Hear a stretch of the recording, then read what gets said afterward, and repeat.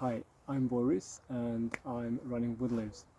Finally, I made the decision to sit here and record the first video for my YouTube channel. I've been encouraged by so many friends to do this, but to be honest, my perfectionist mind didn't help because I expected the videos to be absolutely perfect in a way of having a great light and post-processing, editing, music. But having such a busy life, this will never happen unless I really sit here and record and publish pretty much raw material. So here we are, finally, beginning of August 2022, and today is the day. Let me just quickly talk about Woodlives. It's a one-man small business in Cardiff, and it's all about creating. It's all about people, art, and sustainability. The small business is divided into two sections, one being gardening, cottage gardening, organic gardening, which I will talk about more in this video, and another section is I use reclaimed wood to create bespoke exterior and interior items such as lamps, coasters, birdhouses, wood walls, feature walls. So one of the products is just next to me, so you have an idea of what I do through Woodlives. This is basically made of 99.999% reclaimed materials. So this is the bird box with removable floor, and birds actually use them. This is another one. I'm preparing for my first festival next week, so I'm really super excited. Anyway, back to gardening. I've decided to start this YouTube channel. As I said, I've been really encouraged by so many friends, and I feel I have no choice but to do this. The reason behind is I have the allotment in Cardiff, South Wales in the UK, and I use a very unusual method on the plot of 5 birches. I'm sure you've heard about Ruth Stout. She's an American lady who started deep mulching method with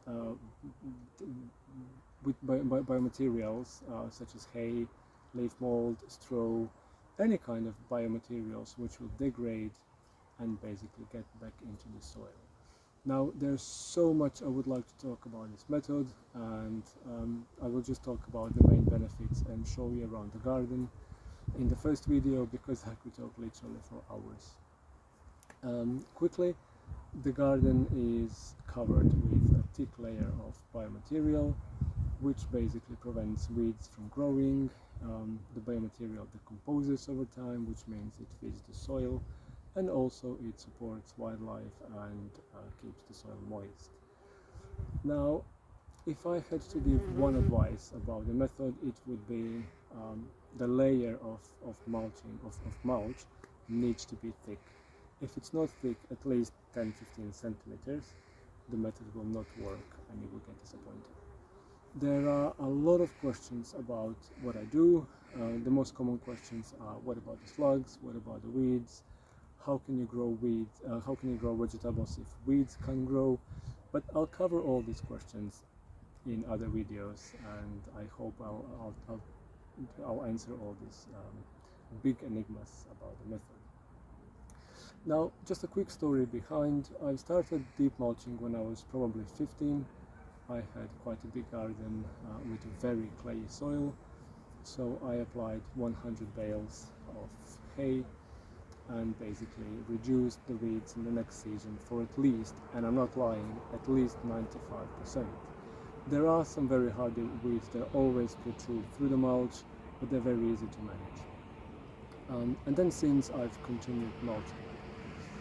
So when I moved to the UK and when I got this allotment, the first year was a battle with weeds, because having such a busy life, I cannot be here every day, and the plot looked absolutely bad, in a way that weeds took over and everything looked messy, which gave me a lot of kind of anxiety, because I always dream about nice clean pot, which was very different than my expectations, the reality. So I talked to a lot of people about deep mulching, and they all told me don't do it because of the slugs, but nobody tried. So I said I can't accept advice which is not based on experience. It needs to be empiric for me to have some kind of weight.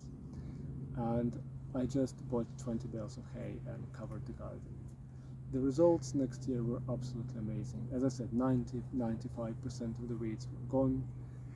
No issues with slugs. Yes, I do have slugs, but nothing more than without the mulch. Another benefit of mulching with slugs is you can always lift the mulch and pick them up during the day, which you can't do if you don't have the mulch in the soil, because they'll dig inside of the soil and you have to wait for the night.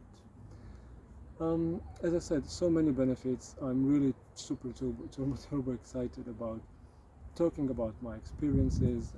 I don't know everything, obviously, but through this channel I will just try to convey the experiences I have. So let's just take a quick tour to the garden so you can take a look what I'm talking about.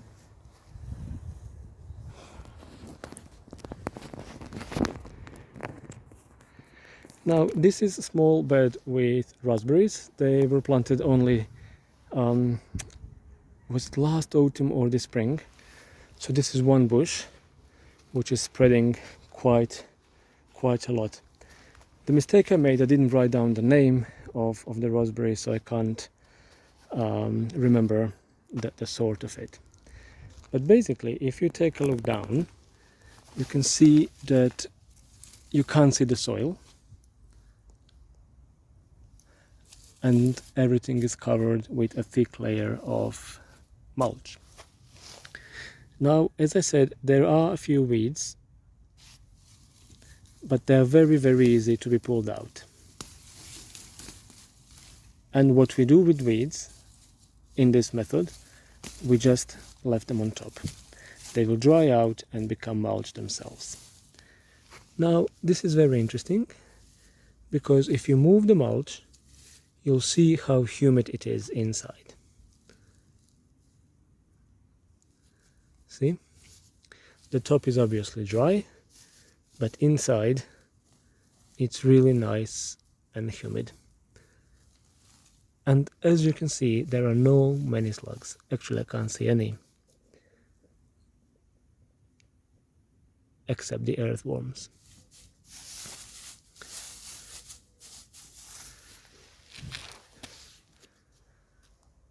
This is quirky shed I made. I'll talk about it in a minute. And this is my improvised tripod, because I have to buy a proper one for these videos. Now the garden looks very wild.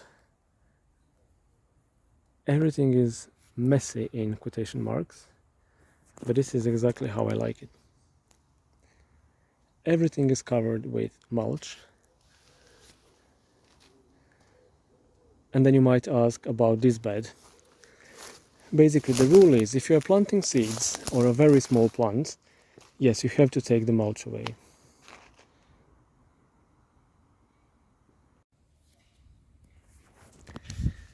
The reason behind is, if the seeds can grow through the thick mulch, then we can't expect the same from the vegetables. So in this case, this is the bed with very small leaks. The mulch needs to be lifted, and these will get mulched when they grow a little bit bigger. If you put mulch around them, the wind might move it and then basically kill them.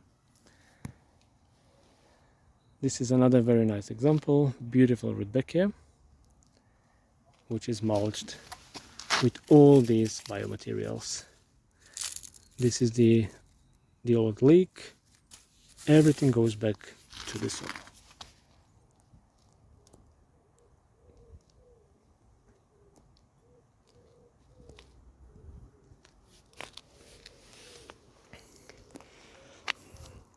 I also want to reflect to this path.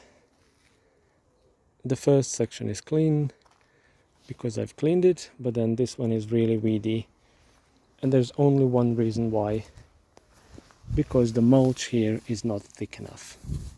There's only maybe an inch, which is definitely not enough, and the weeds will easily take over.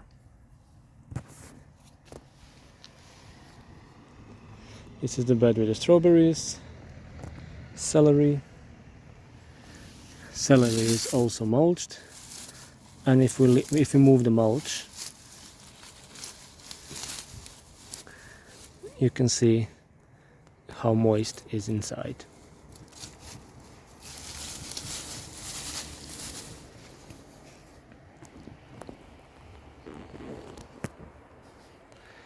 This is huge hollyhock.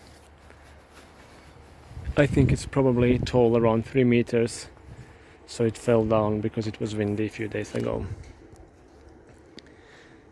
This is reclaimed wood shed with 2 driftwood pillars in front, just to look quirky. This is around just the pallet wood cut into small shingles.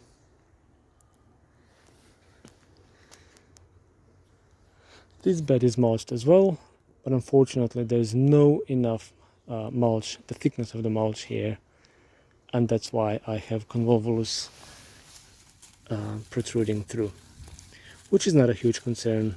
All you have to do is just pull it out. As the soil below is moist, you will always pull out the root as well. And as I've already mentioned, all these weeds will just be left on top. The root will dry out and the plant will eventually die. This is a small bed with rudbeckias, goldstrom. They will grow quite tall within a few years' time. This is the first season, definitely.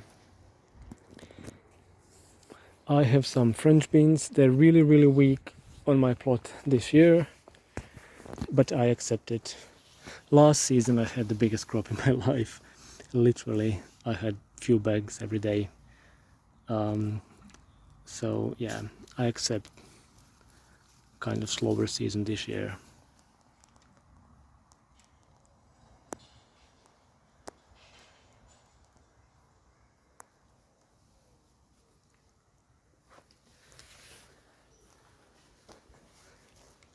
This is wild comfrey. I have to cut it regularly, otherwise it will seed around. I also have Bocking 14. That's the Russian comfrey, which doesn't spread with the seeds. It stays in the same position where you plant it. So this whole bed is comfrey. I make liquid fertilizer.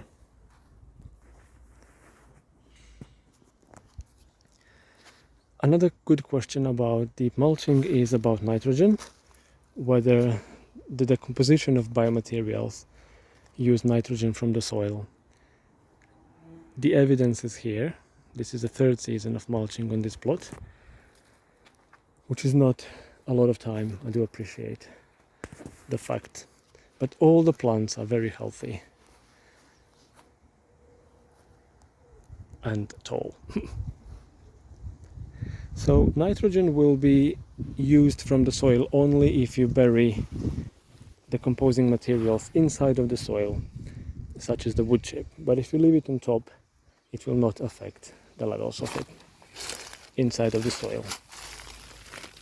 Again, this is nice thick layer, and if we move it, you can see how humid it is below the mulch.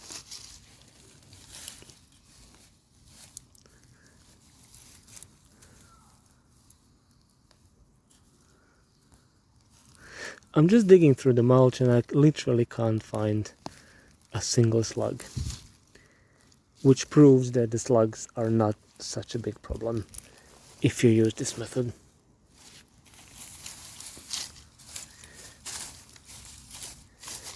Again, this garden is based in the UK. We have quite humid climate here, quite a lot of problems with the slugs. But again, from my personal experience, this method doesn't affect the population of the slugs. The way I look at it is, if each slug can lay 5 eggs, for example, biologically, there's no reason why it would lay 10 eggs because of the mulch.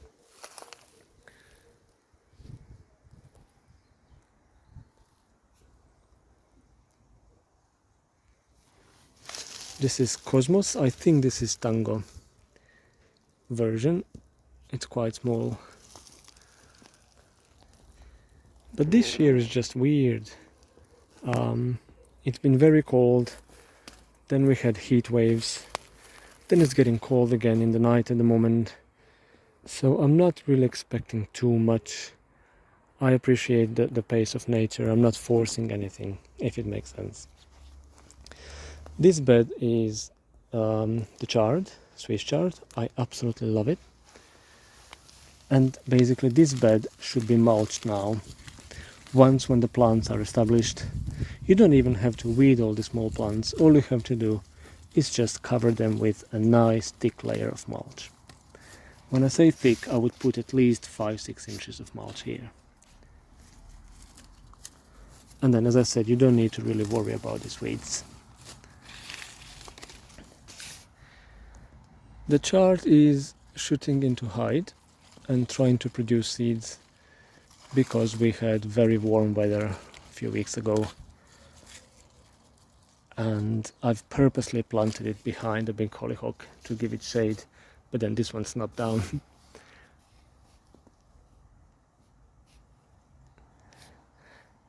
This path has the carpet below, and the only reason is I wanted to kill the weeds below the carpet because there is quite a lot of them. So yeah, I'm getting there, but in the autumn or throughout the winter I will definitely take the carpet out.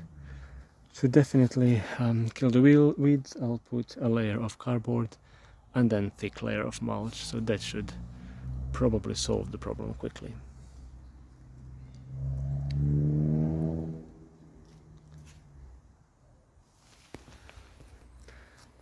I think that's just enough for today, the first video.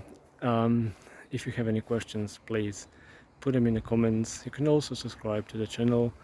I'll try to record as many videos and answer as many questions as I can. Again, I'm not professional, but I've been doing this for quite a few years now, and I got amazing results, as you can see. Thank you very much, and I'll see you soon.